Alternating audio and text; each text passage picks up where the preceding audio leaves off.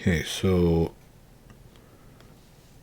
need to hold on. Wait. Alright, there we go. We've tested the sound, so we're good. I'm gonna turn on the rain. Yeah. Alright. Good stuff.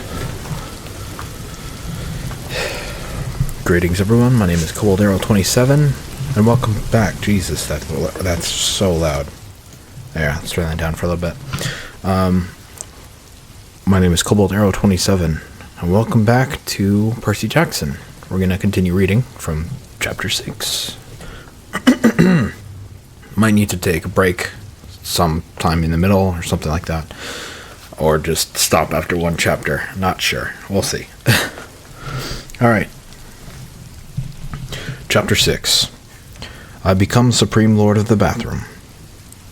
Once I got over the fact that my Latin teacher was a horse, we had a nice tour, though I was careful not to walk behind him. I'd done the Pooper Scooper patrol in the Macy's Thanksgiving Day parade a few times, and I'm sorry I did not trust Chiron's back end the way I trusted his front. I'm going to turn up this rain just ever so slightly. Right there. We passed the volleyball pit. Several of the campers nudged each other. One pointed at the Minotaur horn that I was carrying. Another said, "That's him!" Most of the campers were older than me. Their satyr friends were bigger than Grover, all of them trotting around in orange Camp Half-Blood t-shirts, with nothing else to cover their bare, shaggy hindquarters. I wasn't normally shy, but the way they stared at me made me uncomfortable. I felt like they were expecting me to do a cartwheel or something. I looked back at the farmhouse. It was a lot bigger than I'd realized.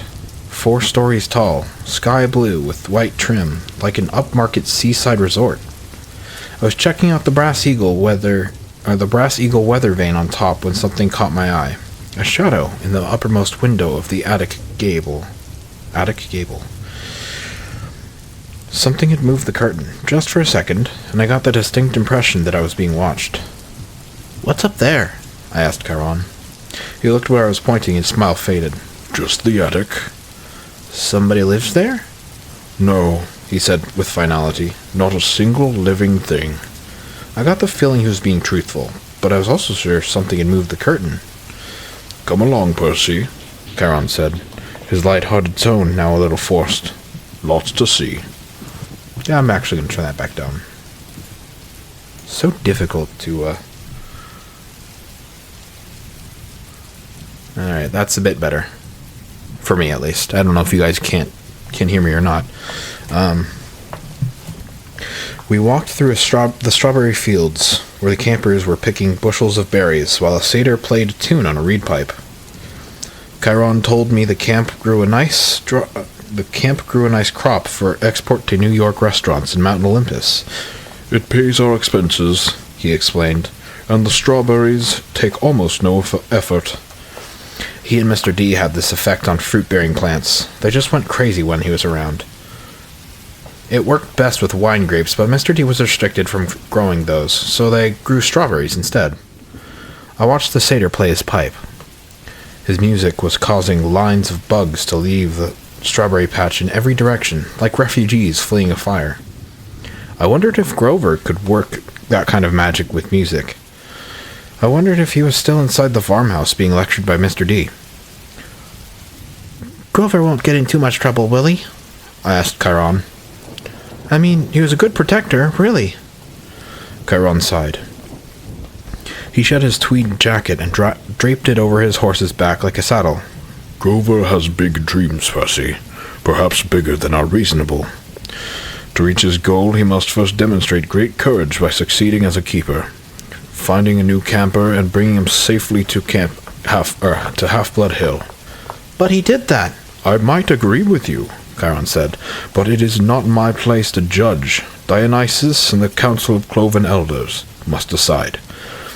I'm afraid you might not see this assignment as a success. They might not see this assignment as a success. After all, Grover lost you in New York. Then there's the unfortunate fate of your mother. And the fact that Grover was unconscious when you dragged him over the property line, the council might question whether this shows any courage on Grover's part. I wanted to protest. None of what happened was Grover's fault. I also felt really, really guilty. If I hadn't given Grover the slip at the bus station, he might not have gotten in trouble. He'll get a second chance, won't he? Chiron winced. I'm afraid that was Grover's second chance, Percy. The council was not anxious to give him another either, after what happened the first time 5 years ago. Olympus knows.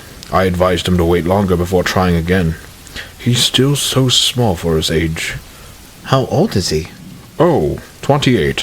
What? And he's in 6th grade? Satyrs mature half as fast as humans, Percy. Grover has been the equivalent of a middle school student for the past 6 years. That's horrible. Quite, Chiron agreed. At any rate, Grover is a late bloomer, even by satyr standards, and not yet very accomplished at woodland magic. Alas, he was anxious to pursue his dream.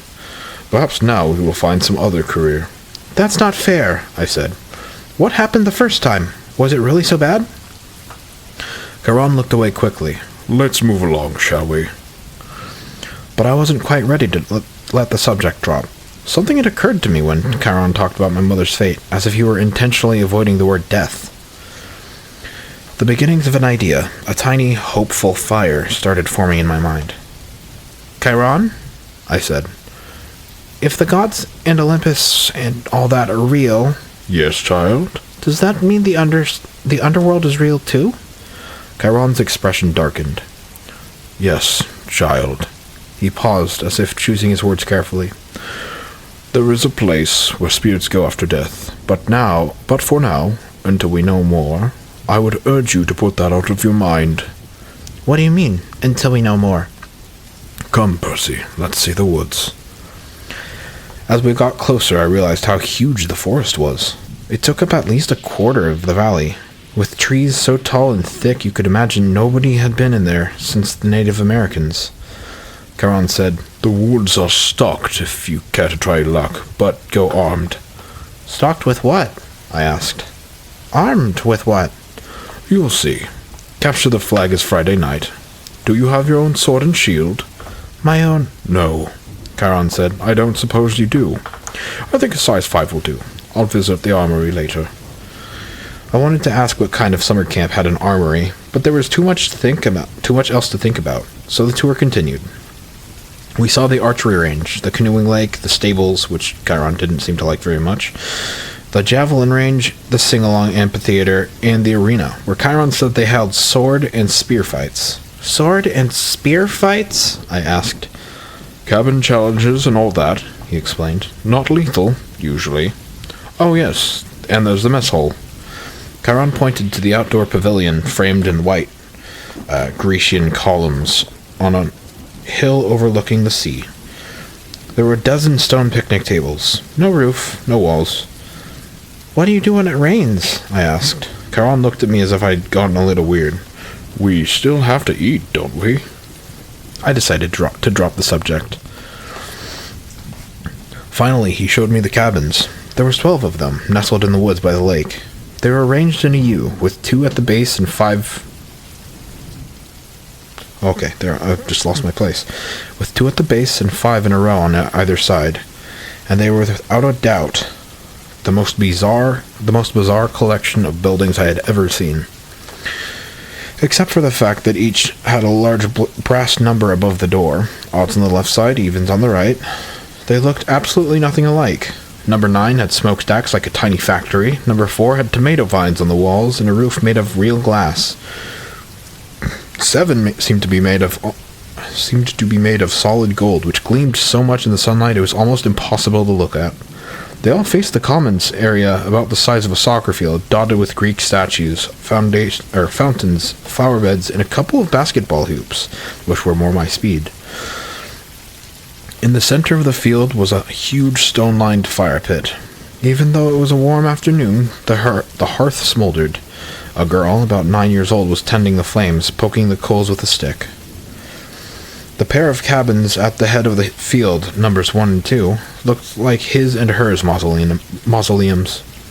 Big white marble boxes with heavy columns in front. Cabin 1 was the biggest and bulkiest of the 12. Its polished bronze doors shimmered like a holograph, so that from different angles, lightning bolts seemed to streak across them. Cabin 2 was more graceful somehow, with slimmer columns garlanded with pomegranates and flowers. The walls were carved with images of peacocks. Zeus and Hera? I guessed. Correct, Charon said. Their cabins look empty. Several of the cabins are, that's true. No one ever stays in one or two. Okay. Okay, so each cabin had a different god, like a mascot. 12 cabins for the 12 Olympians, but why would some be empty? I stopped in front of the first cabin on the left, cabin 3. It wasn't high and mighty like cabin 1, but long and low and solid. The outer walls were of rough gray stone, studded with pieces of seashell and coral, as if the slabs had been hewn straight from the bottom of the ocean floor. I peeked inside the open doorway, and Chiron said, "Oh, I wouldn't do that." Before he could pull me back, I caught the salty scent of the interior, like the wind on the shore at Montauk. The interior walls glowed like abalone. Abalone? A-B-A-L-O-N-E. I think that's abalone. There were 6 empty bunk beds with silk sheets turned down, but there was no sign anyone had ever slept there. The place felt so sad and lonely. I was glad when Chiron put his hand on my shoulder and said, "Come along, Percy." Most of the other cabins were crowded with campers. Number 5 was bright red, a real nasty paint job, as if the color had been splashed on with buckets and fists. The roof was lined with barbed wire. A stuffed wild boar's head hung over the doorway, and its eyes seemed to follow me. Inside, I could see a bunch of mean-looking kids, both girls and boys, arm wrestling and arguing with each other while rock music blared. The loudest was a girl, maybe 13 or 14. She wore a size XXXL camp half-blood t-shirt under a camouflage jacket. She zeroed in on me and gave me an evil sneer. She reminded me of Nancy Bobofit, though the camper girl was much bigger and tougher looking, and her hair was long and stringy, and brown instead of red. I kept on walking, trying to stay clear of Chiron's hooves. "We haven't seen any other centaurs," I observed. "No," Chiron said sadly. "My kinsmen are a wild and barbaric folk, I'm afraid. You might encounter them in the wilderness or at major sporting events, but you won't see any here." "You said your name was Chiron. I really—" He smiled down at me. The Chiron from the stories? Trainer of Heracles and all that? Yes, Percy, I am. "But shouldn't you be dead?" Chiron paused as if the question intrigued him. "I honestly don't know about should be. The truth is, I can't be dead. You see, aeons ago, the gods granted my wish. I could continue the work I loved. I could be a teacher of heroes as long as humanity needed me. I gained much from that wish, and I gave up much. But I'm still here, so I can only assume I'm still needed." I thought about being a teacher for 3,000 years. It wouldn't have made my top 10 things to wish for list. "Doesn't it ever get boring?" No. Horribly, he said, horribly depressing at times, but never boring." "Why depressing?" Chiron seemed to turn hard of hearing again. "Oh, look," he said, "Annabeth is waiting for us." The blonde girl I'd met at the big house was reading a book in front of the last cabin on the left, number 11. When we reached her, she looked over me critically, like she was still thinking about how much I drooled. I tried to see what she was reading, but I couldn't make out the title. I thought my dyslexia was acting up, then I realized the title wasn't even in English. The letters looked Greek to me. I mean, literally Greek. There were pictures of temples and statues in different kinds of columns, like those in an architecture book. "Annabeth," Chiron said, "I have master's archery class at noon. Would you take Percy from here?" "Yes, sir." "Cabin 11, Chiron told me, gesturing towards the doorway. "Make yourself at home." Out of all the cabins, 11 looked the most like a regular old summer camp cabin, with an emphasis on old. The threshold was worn down, the brown paint peeling. Over the doorway was one of those doctor's symbols, a winged pole with 2 snakes wrapped around it. What do they call it? What the heck is that word? Caduceus?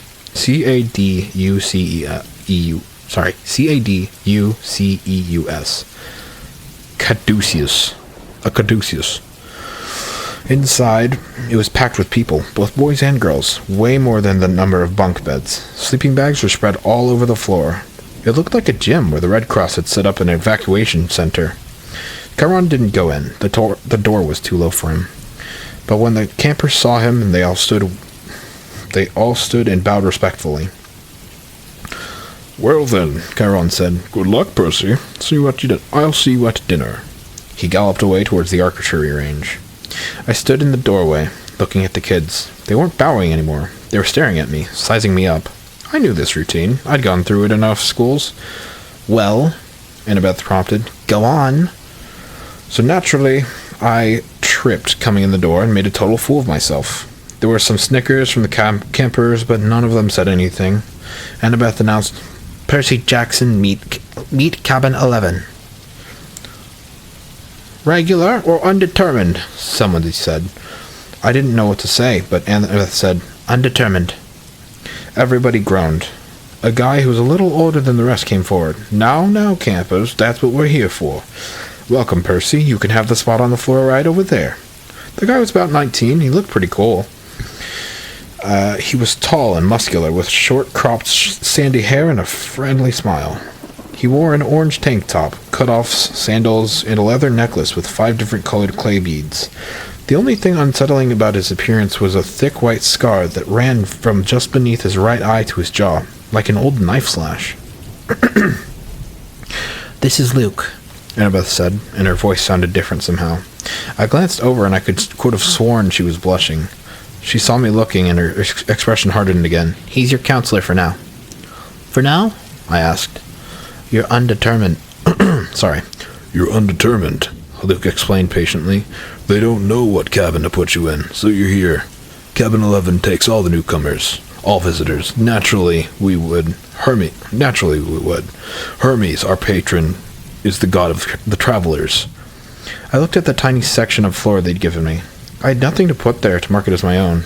No luggage, no clothes, no sleeping bag, just Minotaur's horn. I thought about setting that down, but then I remembered that Hermes was also the god of thieves. I looked around the campers' faces, some sullen and suspicious, some grinning stupidly, some eyeing me as if they were waiting for a chance to pick my pockets. How long will I be here? I asked. Good question, Luke said. Until you're determined. How long will that take? The campers all laughed. Come on, Annabeth told me. I'll show you the volleyball court. I've already seen it. Come on. Come on. Sorry, I'm not doing very well with differentiating voices. Hold on. Okay. That's better. She grabbed my wrist and dragged me outside. I could hear the kids of cabin 11 laughing behind me. When we were a few meters away, Annabeth said, Jackson, you have to do better than that. What? She rolled her eyes and mumbled under her breath, I can't believe I thought you were the one. What's your problem? I was getting angry now. All I know is I kill some bull guy. Don't talk like that. Annabeth told me. You know how many kids of this camp wish they had had your chance. To get killed? To fight the Minotaur. What do you think we train for? I shook my head. Look. The thing I fought really was... If the thing I fought really was the Minotaur, the same one as in the stories, yes. Then there's only one, yes. And he died, like a gajillion years ago, right? Theseus killed him in the labyrinth, so monsters don't die, Percy. They can be killed, but they don't die. Oh, thanks, that clears it up. They don't have souls like you and me. You could dispel them for a while, maybe even for a whole lifetime if you're lucky, but they are primal forces. Chiron calls them archetypes. Eventually they reform. I thought about Miss Dodds. You mean if I killed one accidentally with a sword? Your maths teacher. Your maths teacher. That's right. She's still out there. You just made her very, very mad. How did you know about Miss Dodds? You talk in your sleep. You almost called her something like You almost called her something like a fury? They're Hades' torturers, right? Annabeth glanced nervously at the ground as if she expected it to open up and swallow her. You shouldn't call them by that name, even here. We call them the kindly ones, if we have to speak of them at all. Look, is there anything we can say without it thundering? I sounded whiny, even to myself. But right then I didn't care. Why do I have to stay in a cabin 11 anyway? Why is everybody so crowded together? There are plenty of empty bunks right over there. I pointed to the first few cabins, and Annabeth turned pale. You don't just choose a cabin, Percy. It depends on who your parents are, or your parent. She stared at me, waiting for me to get it. My mom is Sally Jackson, I said. She works at the candy store in Grand Central Station. At least she used to.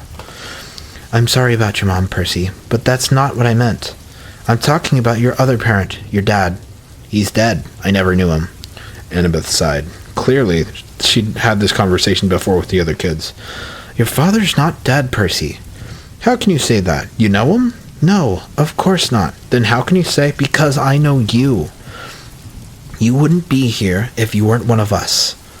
You don't know anything about me. No? She raised an eyebrow. I bet you moved around from school to school. I bet you were kicked out of a lot of them. How? Diagnosed with dyslexia, probably ADHD too. I tried to swallow my embarrassment. What does that have to do with anything? Taken together, it's almost a sure sign. The letters float off the page when you read, right? That's because your mind is hardwired for ancient Greek. And the ADHD, you're impulsive. You can't sit still in the classroom. That's your battlefield reflexes. In a real fight, they keep you alive. As for the attention, that's because you see too much. Or as for the attention problems, that's because you see too much, Percy, not too little. Your senses are better than regular mortals. Of course, the teachers want you medicated. Most of them are monsters. They don't want you seeing them for what they are. You sound like you went through the same thing. Most of the kids here did. If you weren't like us, you couldn't have survived the Minotaur, much less the ambrosia and nectar. Ambrosia and nectar. The food and drink we were giving you to make you better. That stuff would have killed a normal kid. Would have turned your blood to fire and your bones to sand, and you'd be dead. Face it, you're a half-blood. A half-blood. I was reeling with so many questions I didn't know where to start. Then a husky voice yelled, Well, a newbie! Oh. Well, a newbie! I looked over. The big girl from the ugly red cabin was sauntering towards us. She had 3 other girls behind her, all big and ugly and mean-looking like her, all wearing camo jackets. Clarice, Annabeth sighed. Why don't you go polish your spear or something? Sure, Miss Princess, the big girl said, so I can run you through with it Friday night. Arete korakos, Annabeth said, which I somehow understood was Greek for go to the crows, though I had a feeling it was a worse curse than it sounded. Somebody outside? Well, yeah. Somebody's just tossing recycling in the recycling bin. Where was I?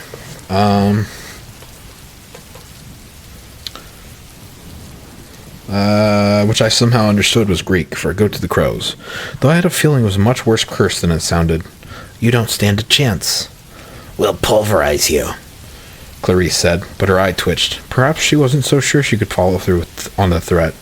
She turned towards me. Who's this little runt? Percy Jackson, Annabeth said. Meet Clarice, daughter of Ares. I blinked. Like the god of war? Clarice sneered. You got a problem with that? No, I said, recovering my wits. It explains that smell. Clarice growled. We got an initiation for We got an initiation ceremony for newbies, Percy. Percy, whatever. Come on, I'll show you. Clarice, Annabeth tried to say. Stay out of it, wise girl.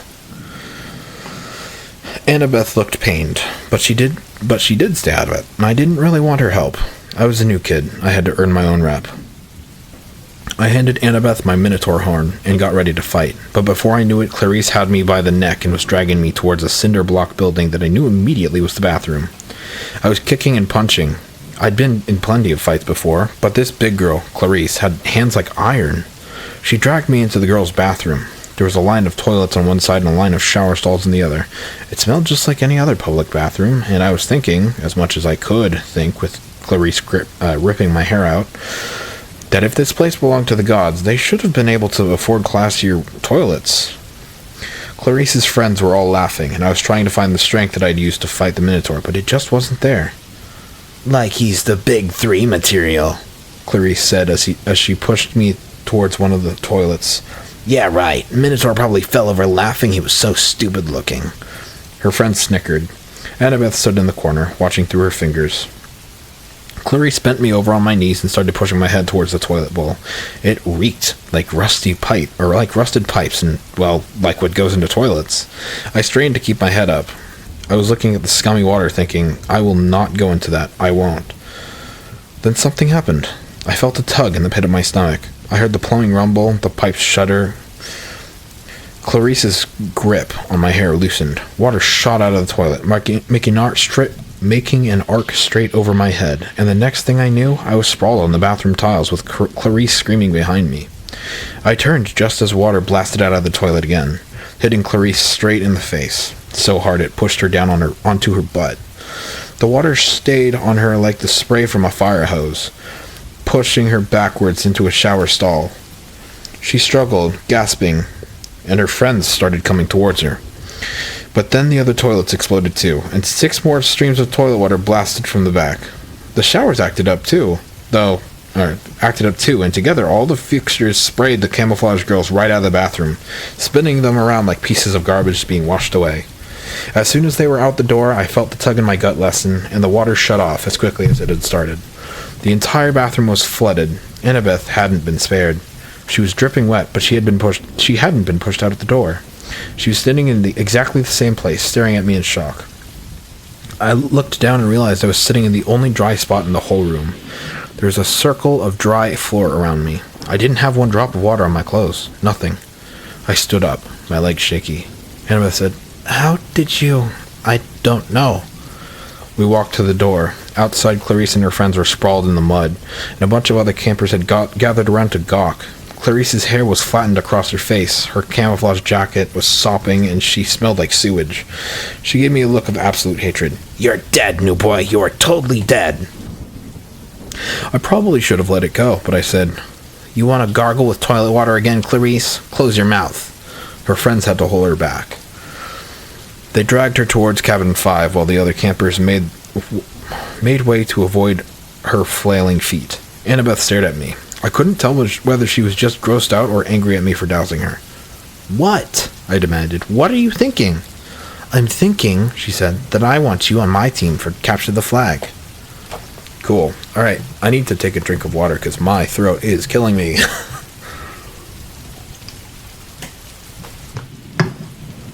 Give me just a sec.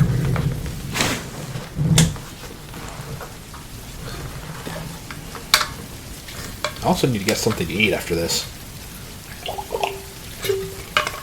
The last thing I ate was like breakfast. Around 11, I think. Man, it's been like 13 hours since then. I need to eat some food. Alright, I think I can get through chapter 7. So let me just check real quick. That's 1, 2, 3, 4, 5, 6, 7, 8, 9. Oh! 1, 2, 3, 4, 5, 6, 7, 8, 9. Yeah, okay, 9 pages. I can do that. We'll see if I'm probably going to stop at that point, though. So, chapter 7. My dinner goes up in smoke. Word of the bathroom incident spread immediately. Wherever I went, campers pointed at me and murmured something about toilet water, or maybe they were just staring at Annabeth, who was still pretty much dripping wet. She showed me a few more places. The metal shop, where kids were forging their own swords. The arts and crafts room, where satyrs were sandblasting a giant marble statue of a goat man. And the climbing wall, which actually consisted of two facing walls that shook violently, dropped boulders, sprayed lava, and clashed together if you didn't get to the top fast enough. Finally, we returned to the canoeing lake, where the trail led back to the cabins. "I've got training to do," Annabeth said flatly. "Dinner's at 7:30. Just follow your cabin mess to the hall. Or just follow your cabin to the mess hall." "Annabeth, I'm sorry about the toilets. Whatever. It wasn't my fault. She looked at me skeptically, and I realized it was my fault. I'd made the water shoot out of the bathroom fixtures. I didn't understand how, but the toilets had responded to me. I had become one with the plumbing. You need to talk to the Oracle, Annabeth said. Who? Not who, what? The Oracle. I'll ask Chiron. I stared into the lake, wishing somebody would give me a straight answer for once. I wasn't expecting anyone to be looking back at me from the bottom, so my heart skipped a beat when I noticed two teenage girls sitting cross-legged at the base of the pier, about 5 meters below. They wore blue jeans and shimmering green t-shirts, and their brown hair floated loose around their shoulders as minnows darted in and out. They smiled and waved as if I were a long-lost friend. I didn't know what else to do, so I waved back. Don't encourage them, Annabeth warned. Naiads are terrible flirts. Naiads, I repeated, feeling completely overwhelmed. That's it. I want to go home now. Annabeth frowned. Don't you get it, Percy? You are home. This is the only safe place on Earth for kids like us.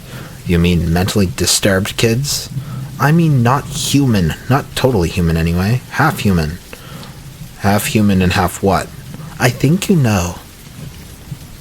I didn't want to admit it, but I was afraid I did. I felt a tingling in my limbs, a sensation I sometimes felt when my mom talked about my dad. God, I said. Half God. Annabeth nodded. Your father isn't dead, Percy. He's one of the Olympians. That's crazy. Is it? What's the most common thing gods did in the old stories? They ran around falling in love with the humans and having kids with them. Do you think they've changed their habits in the last few millennia? But those are just, I said. I almost said myths again. Then I remembered Chiron's warning that in 2,000 years I might be considered a myth.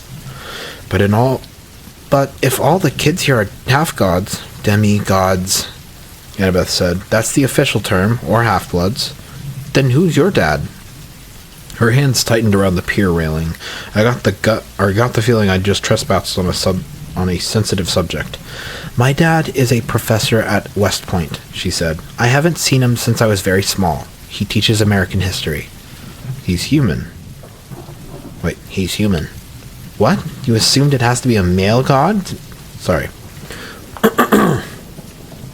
What? You assumed it has to be a male god who... Where'd it go? There it is. What? You assumed it has to be a male god who finds a human female attractive? How sexist is that? Who's your mom then? Cabin 6. Meaning? Annabeth straightened. Athena, goddess of wisdom and battle. Okay, I thought. Why not? And my dad? Undetermined, Annabeth said. Like I told you before, nobody knows. Except my mother. She knew. Maybe not, Percy. Gods don't always reveal their identities. My dad would have. He loved her. Annabeth gave me a cautious look. She didn't want to burst my bubble. Maybe you're right. Maybe he'll send a sign. That's the only way to know for sure. Your father has to send you a sign claiming you as his son. Sometimes it happens. You mean sometimes it doesn't? Annabeth ran her palm along the rail. The gods are busy. They have a lot of kids, and they don't always, well... Sometimes they don't care about us, Percy. They ignore us. I thought about some of the kids I'd seen in the Herbie's cabin. Teenagers who looked sullen and depressed as if they were waiting for a call that would never come. I'd known kids like that at Yancey Academy shuffled off to boarding school by rich parents who didn't have the time to deal with them. But gods should behave better. So I'm stuck here, I said. That's it? For the rest of my life? It depends, Annabeth said. Some campers only stay the summer, if you're a child of Aphrodite or Demeter. You're probably not a real powerful force. The training and live... Oh my goodness. The monsters might ignore you, so you can get by with a few months of summer training and live in the mortal world the rest of the year. But for some of us, it's too dangerous to leave. We're year-rounders. In the mortal world, we attract monsters. They sense us. They come to challenge us. Most of the time, they'll ignore us until we're old enough to cause trouble, about 10 or 11 years old. But after that, most demigods either make the way here or they get killed off. A few managed to survive in the outside world and become famous. Believe me, if I told you the names, you'd know them. Some don't even realize they're demigods, but very, very few are like that. So a monster can't get in here? Annabeth shook her head. Not unless they're intentionally stalked in the woods or specially summoned by someone on the inside. Why would anyone want to summon a monster? Practice fights, practical jokes. Practical jokes? The point is, the borders are sealed to keep mortals and monsters out, from the outside. Mortals who look into the valley and see nothing unusual, just a strawberry farm. So, you're a year-rounder? Annabeth nodded. From under the collar of her t-shirt, she pulled a leather necklace with 5 clay beads of different colors. It was just like Luke's, except Annabeth's also had a big gold ring strung on it, like a college ring. I've been here since I was 7, she said. Every August, on the last day of summer session, you get a bead for surviving another year. I've been here longer than most of the counselors, and they're all in college. Why did you come so young? She twisted the ring on her necklace. None of your business. Oh, I stood there for a minute, in uncomfortable silence. So I could just walk out of here right now if I wanted to? It would be suicide, but you could, with Mr. D's or Chiron's permission. But they wouldn't give permission until the end of summer session unless you were granted a quest, but that hardly ever happens. The last time... Her voice trailed off. I could tell from her tone that the last time hadn't gone well. Back in the sick room, I said. When you were feeding me all that stuff. Ambrosia. Yeah. You asked me about something about the summer solstice. Annabeth's shoulders tensed. So you do know something. Oh. So you do know something. Well, no. Back at my old school, I overheard Grover and Chiron talking about it. Grover mentioned the summer solstice. He said something like we didn't have much time because of the deadline. What did that mean? She clenched her fists. I wish I knew. Chiron and the satyrs, they know, but they won't tell me. Something's wrong in Olympus. Something pretty major. Last time I was there, everything seemed so normal. You've been to Olympus? Some of us year-rounders, like Luke and Clarice and I and a few others, we took a field trip during winter solstice. That's when the gods have their big annual council. But how did you get there? The Long Island Railroad, of course. You get off at Penn Station, Empire State Building, special elevator to the 600th floor. She looked at me like she was sure I must know this already. You are a New Yorker, right? Oh, sure. As far as I knew, there was only 102 floors in the Empire State Building, but I decided not... Oh, sure. As far as I knew, there was only 102 floors in the Empire State Building, but I decided not to point that out. Right after we visited, Annabeth continued, the weather got weird, as if the gods had started fighting. A couple of times since, I've overheard the satyrs talking. The best I can figure out is that something important was stolen, and if it isn't returned by summer solstice, there's going to be a lot of trouble. When you came, I was hoping, Athena can get along with just about anyone, except for Ares. And, of course, she's got the rivalry with Poseidon. But, aside from that, I thought we could work together. I thought you might know something. I shook my head. I wished I could help her, but I felt too hungry and tired, and mentally overloaded to ask any more questions. I've got to get a quest. Annabeth muttered to herself. I'm not too young. If they would just tell me the problem. I could smell the barbecue smoke coming from somewhere nearby. Annabeth must have heard my stomach growl. She told me to go on, and she'd catch me later. I left her on the pier, tracing her finger across the rail as if drawing a battle plan. Back at Cabin 11, everyone was talking and horsing around, waiting for dinner. For the first time, I noticed that a lot of campers had similar features. Sharp noses, upturned eyebrows, mischievous smiles. They were the kind of kids that teachers would peg as troublemakers. Thankfully, nobody paid much attention to me, and as I walked over to my spot on the floor and plopped down with my minotaur horn. The counselor, Luke, came over. He had the Hermes family resemblance, too. It was marred by that scar on his right cheek, but his smile was intact. "Found you a sleeping bag," he said, "and here, I stole you some toiletries from the camp store." I couldn't tell if he was kidding about the stealing part. I said, "Thanks." No problem. Luke sat next to me, pushed his back against the wall. Tough first day? I don't belong here, I said. I don't even believe in gods. Yeah, he said. That's how we all started. Once you start believing in them, it doesn't get any easier. The bitterness in his voice surprised me, because Luke seemed like a pretty easygoing guy. He looked like he could handle just about anything. So, your dad is Hermes? I asked. He pulled a switchblade out of his back pocket, and for a second I thought he was going to gut me, but he just scraped the mud off the sole of his sandal. Yeah, Hermes. The wing-footed messenger guy?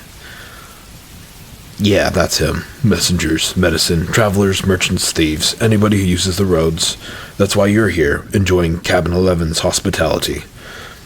Hermes isn't picky about who he sponsors.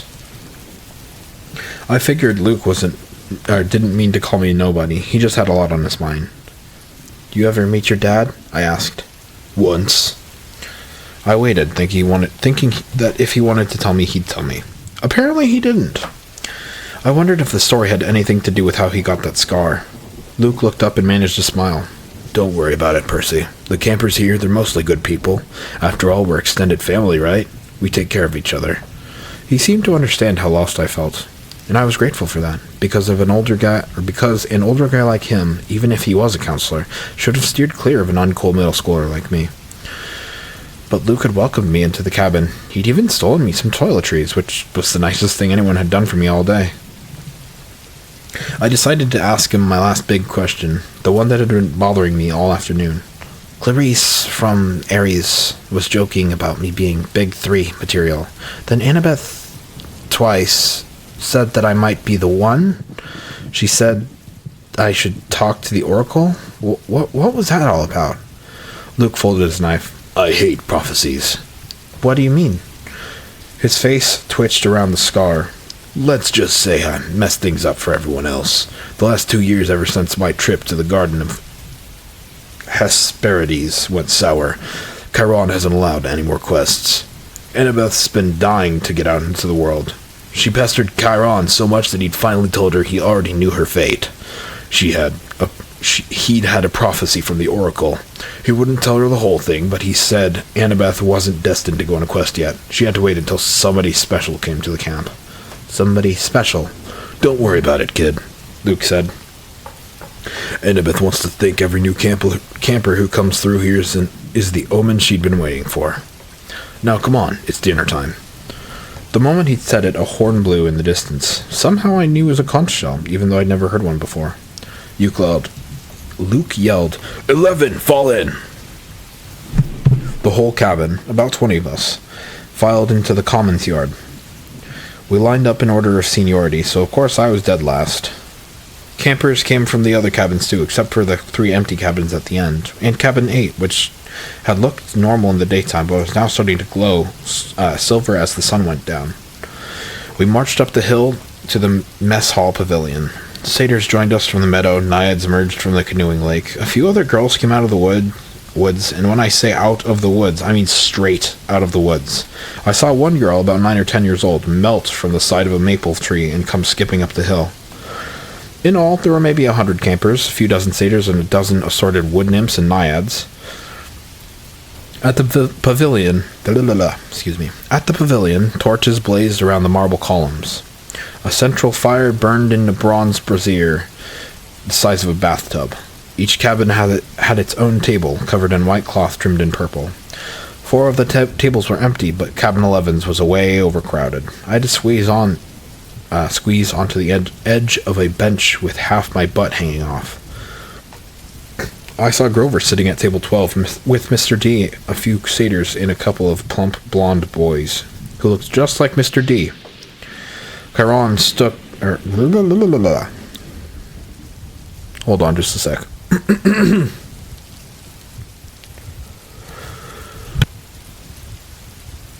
Jeez.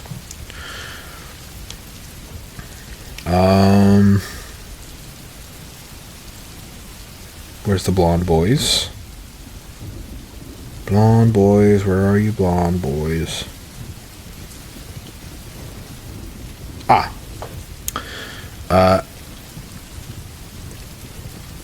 I saw Grover sitting at table 12 with Mr. D. A few satyrs and a couple of plump blonde boys who looked just like Mr. D. Chiron stood to one side, the picnic table being way too small for a centaur. Annabeth was sat at table 6 with a bunch of serious-looking athletic kids, all with her gray eyes and honey blonde hair. Clarice sat behind me at Aries' table. She'd apparently gotten over being hosed down because she was laughing and belching right alongside her friends.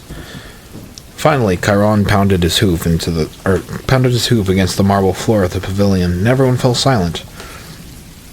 He raised a glass. To the gods. Wait, that's not his voice. To the gods. Closer, but whatever. Everyone else raised their glasses. To the gods! Wood nymphs came forward with platters of food. Grapes, apples, strawberries, cheese, fresh bread, and yes, barbecue. My glass was empty, but Luke said, "Speak to it. Whatever you want. Non-alcoholic, of course." I said, "Cherry Coke." The glass filled with sparkling caramel liquid. Then I had an idea. Blue cherry Coke. The soda had turned a violet shade of cobalt. Hey! Fuck yeah. I took a cautious sip. Perfect. I drank a toast to my mother. She's not gone, I told myself, not permanently anyway. She's in the underworld, and if that's the real place, then someday. "Here you go, Percy," Luke said, handing me a platter of smoked brisket. I loaded my plate and was about to take a big bite when I noticed everyone getting up, carrying their plates towards the fire in the center of the pavilion. I wondered if they were going for dessert or something. "Come on," Luke told me. As I got closer, I saw that everyone was taking a portion of the meal and dropping it into the fire. The ripest strawberry, the juiciest slice of beef, the warmest, most buttery roll. Luke murmured in my ear, "Burnt offerings for the gods. They like the smell." "You're kidding." His look warned me not to take this lightly, but I couldn't help but wonder why an immortal, an all-powerful being would like the smell of burning food. Luke approached the fire and bowed his head and tossed in a cluster of fat red grapes. "Hermes." I was next. I wished I knew what God's name to say. Finally, I made a silent plea. "Whoever you are, tell me, please." I scraped a big slice of brisket into the flames. When I caught a whiff of the smoke, I didn't gag. It smelled nothing like burning food. It smelled of hot chocolate and fresh-baked brownies, hamburgers on the grill and wildflowers, and 100 of other good things that shouldn't have gone well together, but did. I almost couldn't believe the gods could live off that smoke. When everyone had returned to their seats and finished eating their meals, Chiron pounded his hoof again for our attention. Mr. D got up with a huge sigh. "Yes, I suppose I'd better say hello to all you brats. Well, hello. Our activities director, Chiron, says the next capture of the flag is Friday. Cabin 5 presently holds the laurels." A bunch of ugly cheering rose from the Aries table. "Personally," Mr. D continued, "I couldn't care less, but congratulations. Also, I should tell you that we have a new camper today, Peter Johnson." Chiron murmured something. "Percy Jackson," Mr. D corrected. "That's right. Hurrah and all that. Now run along to your savely campfire. Go on." Everybody cheered. We all headed down towards the amphitheater, where Apollo's cabin led a sing-along. We sang camp songs about the gods and ate toasted marshmallows and joked around. The funny thing was, I didn't feel that anyone was staring at me anymore. I felt that I was home. Later in the evening, when the sparks from the campfire were curling into a starry sky, the conch horn blew again, and we all filed back to our cabins. I didn't realize how exhausted I was until I collapsed on my borrowed sleeping bag. My fingers curled around the minotaur horn. I thought about my mom, but I had good thoughts. Her smile, the bedtime stories she would read me when I was a kid, the way she would tell me not to let the bedbugs bite. When I closed my eyes, I fell asleep instantly. That was my first day at Camp Half-Blood. I wish I'd known how briefly I'd get to enjoy my new home. Okay, well, that's the end of Chapter 7. Let's see.